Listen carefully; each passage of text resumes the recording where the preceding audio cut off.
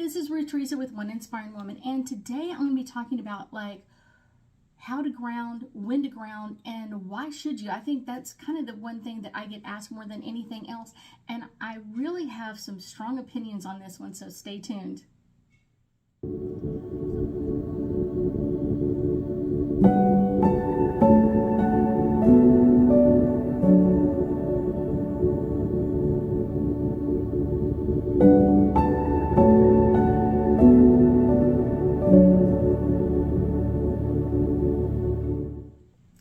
So let's talk about this. A lot of times, like, people ask me, like, how often should I ground, or when should I do a grounding meditation? Now, I will tell you, grounding meditations really kind of help align, our body into the harmonic, electromagnetic field of Mother Earth. So that's kind of what we're really talking about. It's kind of like connecting into that. And a lot of times, if you don't, you're going to feel stressed and other things. So it's kind of like, oh my gosh, when should I do this? So being grounded is really kind of centering not only yourself, your physical self, your mental, your mind, like getting that rooted into what's going on, and kind of really making a harmonic balance also with your emotional side. Kind of like, where is the space? Like, where do I need to be doing? What should I be doing next? And kind of just like grounding into your current day.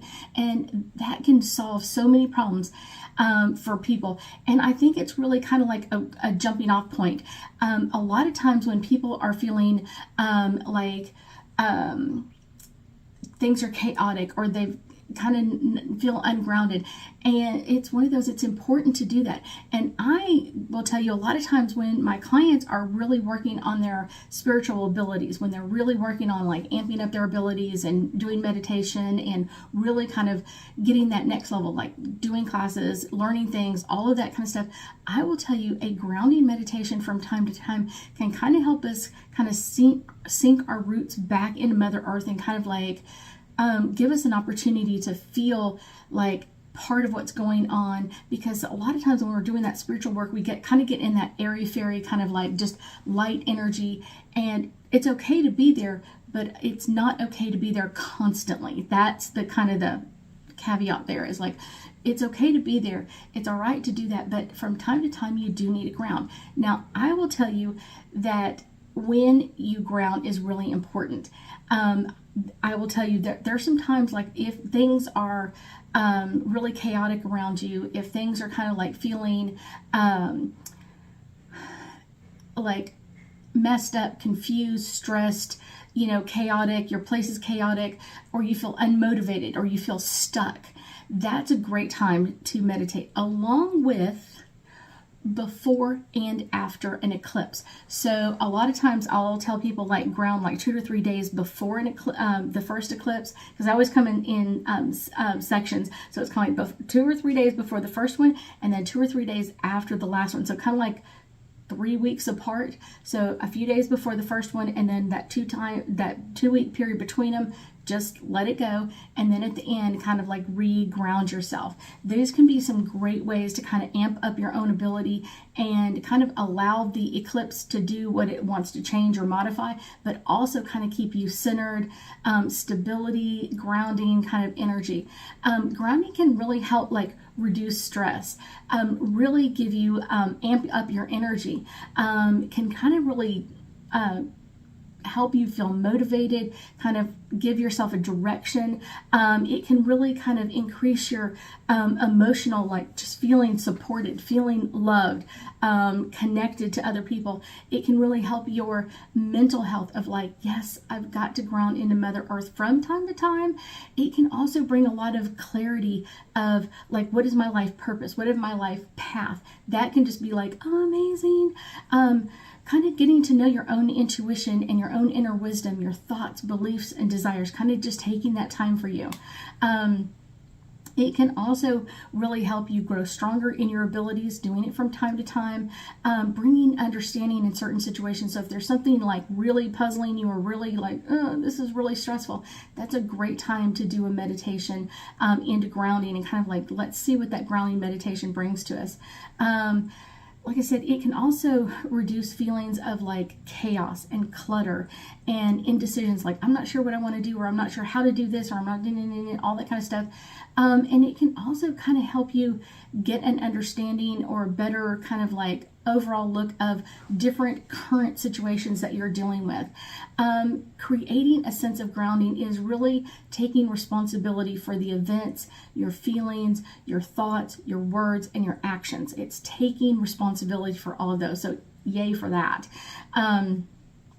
It doesn't really have to be a harsh process. It can be a very calm, relaxing process. It can be one that can really motivate you, like I said, kind of bring you some truth and wisdom, and really bring your abilities to a new level. Because a lot of times, like, oh, if I'm in that airy fairy energy, I don't really have to ground. It's not that you don't need to ground. You may not require grounding near as much, but it's one of those, it's also really important to ground. And like I said, it can really help kind of balance you out with that airy fairy feeling and kind of making you feel like you're still connected to Mother Earth. One of the things I will tell you, sometimes people overground, and that's not where you want to go. Everybody has like a great rhythm of when they should be grounding. Like I said, a couple of days before an eclipse, a couple of days after the 2 weeks time frame of an eclipse. That's kind of a great time to do that. If you're feeling chaotic or something like that, but it shouldn't be something that you do every day. No. Every week? Probably not. I will say usually maybe once a month, once every other month, or once every third or fourth month. That's what I'm saying. Is like, it's not something that you're going to do like, yes, let's do this. And kind of let's talk about like some different ways to do a grounding meditation. So kind of the first one is really be in nature. So that's kind of like number one, be in nature, kind of like spending time walking amongst like the grass, the trees, the flowers, and feeling that connection. A lot of times, a lot of people will want to just ground with a tree, and that's a great way to ground. It really is. And I will tell you a secret about like how to ground to a tree, because that's really important. But you want to kind of take this walk in nature and kind of like really connect, breathe, center yourself. And a lot of times for me, it's kind of like I want to put like my feet in the grass, sit on the grass, or lay down in the grass. Like I want to really connect to Mother Earth. And when I do that, I'm opening up my energy.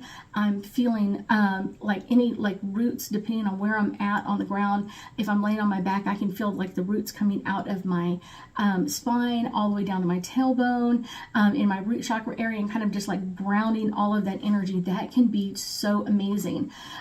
If you're not wanting to get on the ground, sometimes just like standing in a very comfortable position for a period of time and just taking some breaths and thinking about like these roots growing out of the bottom of your feet and kind of like growing down into Mother Earth and really connecting and holding on to Mother Earth. And do that while you take several deep breaths. And this is a great one to do when you have something on your mind, or kind of like a certain situation, kind of like start thinking about that and kind of allowing your angels and guides to bring in maybe a new solution, a new kind of way of thinking about it, or kind of like a new insight. All of that can be a really amazing part.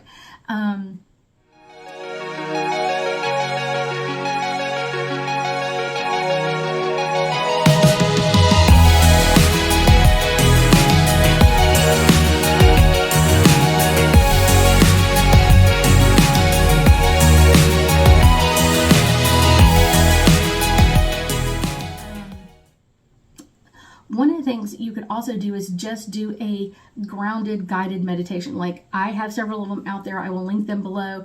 But literally doing one where someone else is kind of directing your energy, and that can be really great too if you're not used to calling out meditations for yourself, or if you're just starting out in this.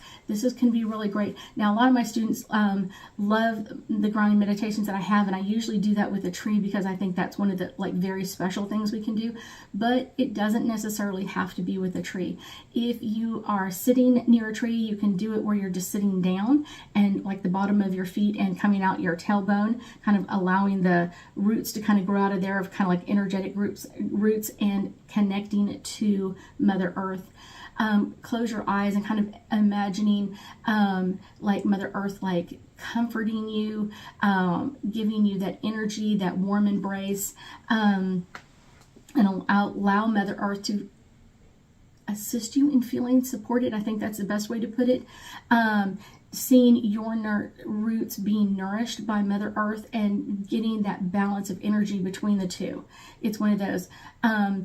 The roots of the tree don't just take from Mother Earth, it also gives to Mother Earth. It's moving things around, it's opening up things so it can get more air in there. It's one of those, like, it's a balance between the two. It's not just all take, it's a give as well.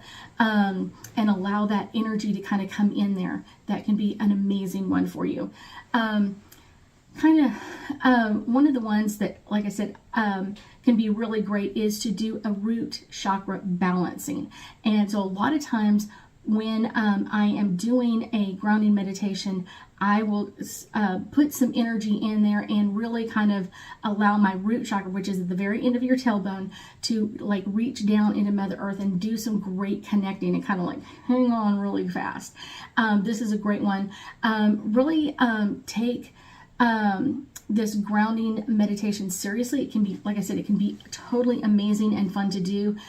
Taking the time to ground your energy, like I said, it's going to help you harmonize with your soul, your mind, your body, kind of like just connect everything together. At different times in your life, you may need more grounding or less grounding, and it's really up to you. If you feel like you need a grounding meditation, definitely do that, but it doesn't have to be an every day, every week, that sort of thing. It can be just some time, like I need some time for myself, and I really have got to feel connected to Mother Earth. Like I said, this is one of those meditations that you're going to want to do from time to time, but not every day. And I think that's probably the most important thing to keep in mind as you do a grounding meditation. I'm going to do some angel cards and get us a little bit deeper insight. What do our angels and guides desire us to know, or almost like require us to know about grounding meditations? Okay, so this is my first one, and this one is truth and integrity. It can bring out such an amazing connection to our truth.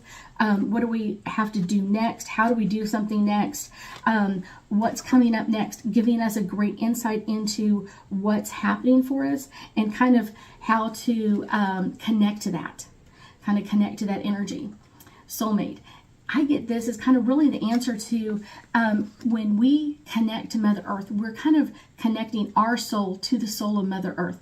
And that's going to bring us such an amazing energy. It is going to bring us such an amazing insight into that connection. And we really do have a soulmate connection to Mother Earth. Mother Earth and us really have a soul contract together. And so this is a great one to kind of really connect to Mother Earth energy and to bring in such an amazing energy and focus of what's coming up next for us.